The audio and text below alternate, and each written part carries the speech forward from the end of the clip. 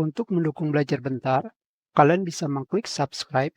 Halo, selamat datang di Belajar Bentar. Sekarang kita akan belajar mengenai cara menghapus histori browser Google Chrome. Langsung saja, kalian pergi ke titik 3 di sini. Kalian pilih History. Kembali pilih History. Selanjutnya di sini kalian pilih Delete Browsing Data.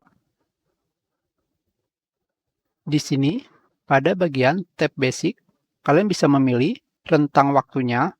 Yang bisa kalian pilih adalah semua waktu,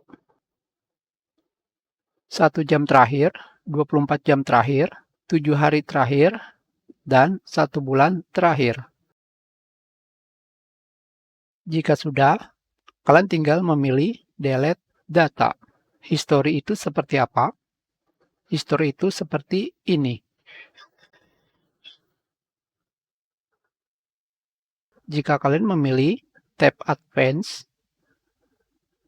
kalian bisa menghilangkan seperti password atau data ketika kalian melakukan sign in, form data, pengaturan website, dan data aplikasi.